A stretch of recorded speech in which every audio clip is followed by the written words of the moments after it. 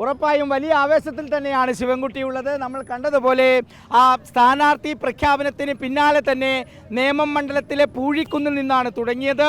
ഏറ്റവും ആവേശകരമായ റോഡ് ഷോയുടെ സമാരംഭം. എങ്ങനെ കാണുന്നു ഇത്തവണത്തെ തെരഞ്ഞെടുപ്പിനെ മിനിസ്റ്ററെ? ഇടതുപക്ഷ ജനാധിപത്യ മുന്നണിക്ക് നല്ല വിശ്വാസമുണ്ട്. കേരളത്തിലാകെ തന്നെ ഭൂരിപക്ഷം നേടും. മൂന്നാം പിണറായി ഗവൺമെൻറ് അധികാരത്തിൽ വരും. നിയമമണ്ഡലത്തിൽ കഴിഞ്ഞ വർഷത്തെ വിജയം ഈ പ്രാവശ്യം ആവർത്തിക്കപ്പെടും. നമ്മൾ വികസനം തന്നെയാണോ പ്രധാനമായും ചർച്ച ചെയ്യുന്നത്? വികസനവും രാഷ്ട്രീയ കാര്യങ്ങളും ചർച്ച ചെയ്യപ്പെടുന്നുണ്ട്. ഇപ്പോൾ കേന്ദ്ര ഗവൺമെൻറ്റിൻ്റെ കേരളത്തോടുള്ള അവഗണന അടക്കമുള്ള പ്രശ്നങ്ങൾ ചർച്ച ചെയ്യുന്നുണ്ട്. ഇപ്പോൾ ഇവിടെ മത്സരിക്കുന്നത് പ്രധാനമായും നേരത്തെ PM ശ്രീ പോലെയുള്ള വിഷയങ്ങൾ വിവാദങ്ങൾ ഒരുപാടുണ്ടായതാണ്. ഇവിടെ രാജീവ് ചന്ദ്രശേഖർ തന്നെയാണ് വി ശിവൻകുട്ടിക്ക് എതിരാളിയായി കിട്ടുന്നത്. ശരിക്കും ഈ രാഷ്ട്രീയം പറയാൻ പറ്റിയ ഒരു മണ്ഡലമായി ഇത് മാറുന്നു അല്ലേ?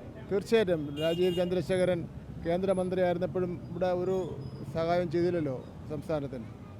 അദ്ദേഹത്തിന് ഒന്നും ഈ മണ്ഡലം തന്നെ തിരിച്ചറിയില്ല. ഇവിടേക്കാണ് എലിയെന്നതിന് പോലും തിരിച്ചറിയില്ല. ഈ സംഘടനാപരമായി CPIM-ന് വലിയ സ്വാധീനമുള്ള മണ്ഡലങ്ങളിൽ ഒന്നാണ് നേമം. അതുകൊണ്ട് തന്നെയാണ് ഈ പ്രഖ്യാപനത്തിന് പിന്നാലെ ഇത്രയേറെ ആളുകളെ കൂട്ടി ആളുകളുടെ ഇടയിലേക്ക് ഇങ്ങനെ ഇറങ്ങാൻ പറ്റുന്നത് അല്ലേ? ആദ്യം തന്നെ നമ്മൾ ജനങ്ങളുടെ ഇടയിൽ സമീപിക്കുക എന്നുള്ള പാർട്ടി തീരുമാനത്തിൻ്റെ അടിസ്ഥാനത്തിലാണ് ഇറങ്ങിയിട്ടുള്ളത്. ഇനി അങ്ങോട്ടേക്കുള്ള 25 ദിവസങ്ങൾ അല്ലേ ജീവൻ മരണ പോരാട്ടമാണ് ശരിക്കും. ജീവൻ മരണ പോരാട്ടം. ഈ ചൂടിനെ എങ്ങനെ അതിജീവിക്കും മിനിസ്റ്റർ? എങ്ങനെ എല്ലാവർക്കും ഉള്ളൊരു ഒരു ഇതെന്താ ഉപദേശം എന്താ പ്രവർത്തകർക്ക് ഉൾപ്പെടെ? പത്രക്കാർ എങ്ങനെയാണോ അതിജീവിക്കുന്നത് അതേപോലെ ചൂടാണല്ലോ. പത്രക്കാർ എങ്ങനെയാണോ അതിജീവിക്കുന്നത് അതുപോലെ തന്നെ നമ്മൾ അതിജീവിക്കാം.